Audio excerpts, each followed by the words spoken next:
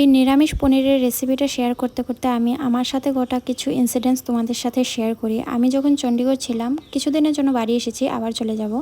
তো ওই 4 মাস থাকার সময় আমি কিন্তু খুবই কম পরিমাণে আমিষ খেতাম। ওইখানে সবাই নিরামিষ খায়, প্রায় আমিষ খায় না বললেই চলে। আর তুমি একটাও মাছ মাংসের দোকান খুঁজে পাবে না ওইখানে। খুব কম পরিমাণে, যদি একটা বড় বাজারে যাওয়া হয় তখনই পাওয়া যায়। আর যেহেতু ওইখানে সবাই নিরামিষ খায়, তুমি একটা আমিষ খেয়ে তুমি থাকতে পারবে না। মানে তোমার নিজে থেকেই একটা গিল্টি ফিল হবে যে ওরা সবাই নিরামিষ খায়, আমরা আমিষ খাচ্ছি, ভালো লাগছে না। সো ওইখানে আমি যখন একটা বাড়িতে রুম দেখতে গিয়েছিলাম, তখন আমাকে রুম দেওয়া হয়নি। আমাকে বলেছিল আমরা বাঙালিকে রুম দেব না, তোমরা আমিষ খাও, পাঞ্জাবি হলে রুম দেব। আর যারা পাঞ্জাবে থাকে বা পাঞ্জাবের আশেপাশে থাকে, তোমরা বুঝতে পারবে যে বাঙালি হলে পাঞ্জাবে থাকা একটু কষ্ট, কারণ পাঞ্জাবিরা মাছ মাংস